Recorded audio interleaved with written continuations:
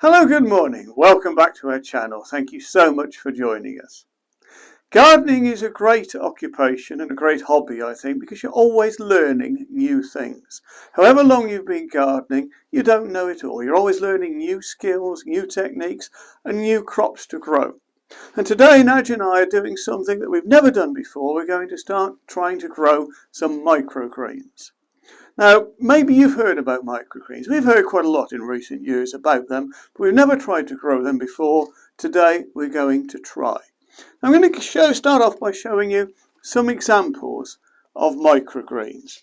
Got some pics there of two different types of microgreens. Yeah. Now, microgreens are basically the seedlings of lots of plants that you would normally grow and allow to get very big before harvesting.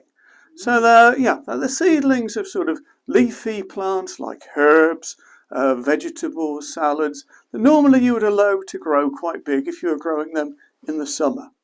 But we're going to be growing them in the British winter, and so they're not allowed to get that big. They're really harvested when they're still quite small, when they're still quite seedlings. And so we're going to show you here what it is that we're going to be growing, how we're going to be doing it. Now these little seedlings, these microgreens, are supposed to be very, very nutritious. They're full of vitamins, full of antioxidants and minerals, supposed to be very good for you. Lots of people are starting to grow them and adding them to their salads. They're using them in soups, in sandwiches, in recipes, garnishes, all sorts of different things. And they're supposed to be very, very good. And so we thought they would actually give it a go and see how we get on. Now we're going to be sowing 4 different types: the pea shoots, the garlic kale, the broccoli green and the cress. We've got lots of packets of other ones as well that we're not going to be growing at this time.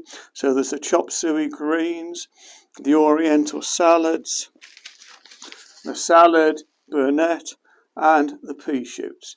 These are lots of other ones that we're not actually going to be sowing just at the moment. We're going to start off with these. Now some of these you actually sow by just planting on the surface, just literally sprinkling on the surface. Some you do plant in a more conventional way by putting them down into the compost a little bit. So we're going to start off with the serge salad leaf pea shoots. Yep. And we're going to plant these in a sort of conventional sort of way because they do look like what you would expect with peas. You recognise those, don't you? Of course, that's my favourite. Absolutely, yeah. So these are our sort of peas. So we're going to plant these into a tray of multi-purpose compost. We're spreading them out in the usual sort of way. Now apparently some people like to sow them in rows, but we're just going to spread them out in the tray of compost. Maybe an inch or so in between each one. We're just experimenting basically at the moment to see how we get on. As I said, gardening is all about learning new things. It's about experimenting. Not always doing the same thing, but trying other things as well. And that's what we're going to do here. Then you're going to cover? Then we're going to cover as well, yeah. Now we've got quite a few different things that we're going to be experimenting with at the moment. We're going to try growing some mushrooms, and we're going to do several different things. But this is what we're starting off with, these microgreens, to see whether we can get some of these fresh shoots in the winter. We're particularly thinking about maybe February when we're involved in the challenge, and we want to have some nice fresh shoots that we can harvest then. Okay, so I've started off by spreading those out. I'm now going to put some compost over in the usual sort of way. I'm covering to about ½ an inch.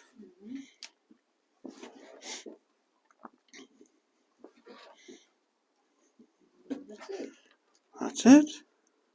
Obviously I've got to water these in afterwards. I've put the label, pea shoots, so that we know exactly what they are.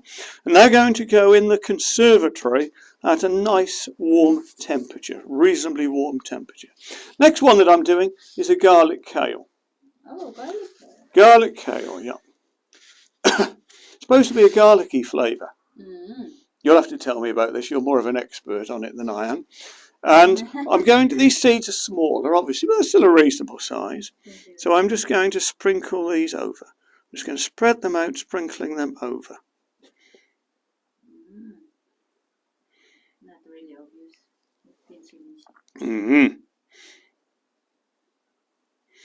I've got my reading glasses on so that I can see what I'm doing. A little bit like Monty Don putting his glasses on when he's sowing seed. Wow.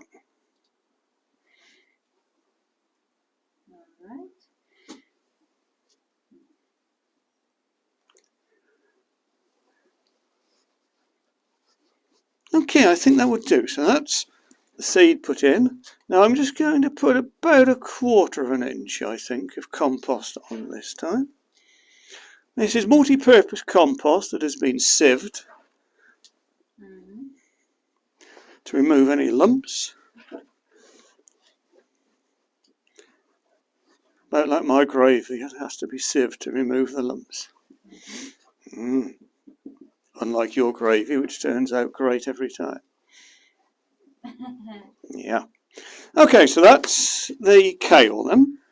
Now I'm going to go on to these two here where it says just put them on the surface. So we will experiment with this. So we're going to do the broccoli greens. And you're not going to cover? I'm not going to cover, I'm just going to put onto the surface. Oh, these are a reasonable size. I thought they might be quite small. Oh, yeah. These are very similar to the kale that we've just done. So I'm just spreading out.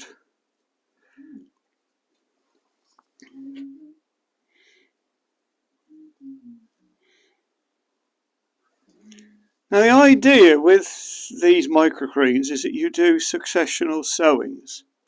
So you put a few in every, say, 10 days, 2 weeks, something like that, to give you a succession during the season. You don't want them all coming at once, you want them spread out over quite a long period. So obviously when you're cutting them very small, you know, when they've started growing and you're cutting them off with your scissors, as you're getting them when they're very small, they're not going to be that big, are they? And so, you know, you may use all of a tray maybe in one go. We're going to have to see how we get on. But we want to have a nice succession. So those are on the surface then. I'm just going to water those in. I'm not actually going to cover them. Now the final one that we're going to do for the moment is the cress. Now, I remember growing cress when I was a kid. Have you grown cress? Yes. Yeah, I thought you had as well. I remember when I was at primary school growing cress. We don't have like that in the Philippines. No. Right, so this is... Oh, this looks nice. This looks nice, doesn't it? I can see now where I'm sowing this, I think.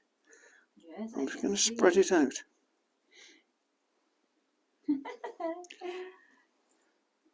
I remember growing cress in jam jars. Really? Yeah, and I think it was on paper towels or something like that in jam jars when I was at primary school. Back in Queen Victoria's reign. Wow. What do you think? Something like that? Yes, I think so. More likely like that. Perfect. We don't eat cress very often, do we? We should have cress more. This is really, really nice. We started having watercress, didn't we, at one time? Yeah, just but we haven't grown. Salad. Yeah, yeah. Okay, I'm going to have to put this back in there.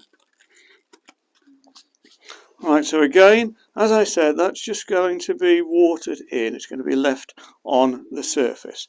So these are our first 4 efforts then, ever, at doing microgreens. We've got the pea shoots, we've got the garlic kale, we've got the broccoli, we've got the cress. We've planted them in the different ways that it says on the packets. We're going to take those into the house and we're going to put them in the conservatory. There's going to be a little bit of background heat there. And hopefully they're going to germinate and do well. Obviously they can be put on window ledges in the kitchen, all sorts of different places in the house. And apparently they don't take that long to germinate. We might be expecting 7 to 10 days, something like that. Really? We'll start to see some crops developing. And not that long afterwards, maybe 2-3 weeks, they'll be ready to start snipping. When they get up to a reasonable sort of size, and you can see that you're going to get a decent crop, you then just start to snip. Some of them are cut and come again, apparently, some aren't. Sometimes people actually pull them out by their roots and even eat the roots as well. Just an experiment. We're going to see how we get on with this. We're going to plant some of the other ones on another occasion as well. We're going to keep going with the successions, planting every 10 to 14 days, something like that. We've got quite a lot of room in our conservatory, so we can put several of these trays in here. If you haven't got so much space, then obviously you're probably looking at smaller trays or even putting in plant pots, something like that. But I think it's well worth a go. And if you can get something growing, you can get some nice fresh crops during the winter season, should be really, really great. We'll let you know how we get on. Fingers crossed. Oh, and something else I wanted to say, by the way. We're doing a 500 subscriber draw in the very near future. We're really pleased that we've got over the 500 subscriber level now, and we're going to do a draw to try and reward at least one of our wonderful, wonderful subscribers. And we've got so many lovely people watching our channel from all over the world. We're going to do a subscriber draw. If you would like to be entered into the draw, and we're going to have quite a nice little prize for this. If you'd like to be entered into the draw, and you're one of our subscribers, when you do a comment, could you just put the word congratulations somewhere in there? And that will mean that you're automatically entered into the draw. So if in your comment you put the word congratulations, you'll be automatically entered into the 500 subscriber draw. And we want to try to make sure that whoever wins the draw, wherever you are in the world, you will get some nice little memento, some sort of token of our appreciation for your support. And also, I don't know whether you've noticed, but I've got a brand new jacket on as well. Somebody has bought me a lovely green new jacket because she said that the older one was getting a little bit dirty and wasn't fit for purpose anymore. So thank you very much, Nudge, for my lovely new jacket. You're welcome. Thank you so much for joining us today. All the best.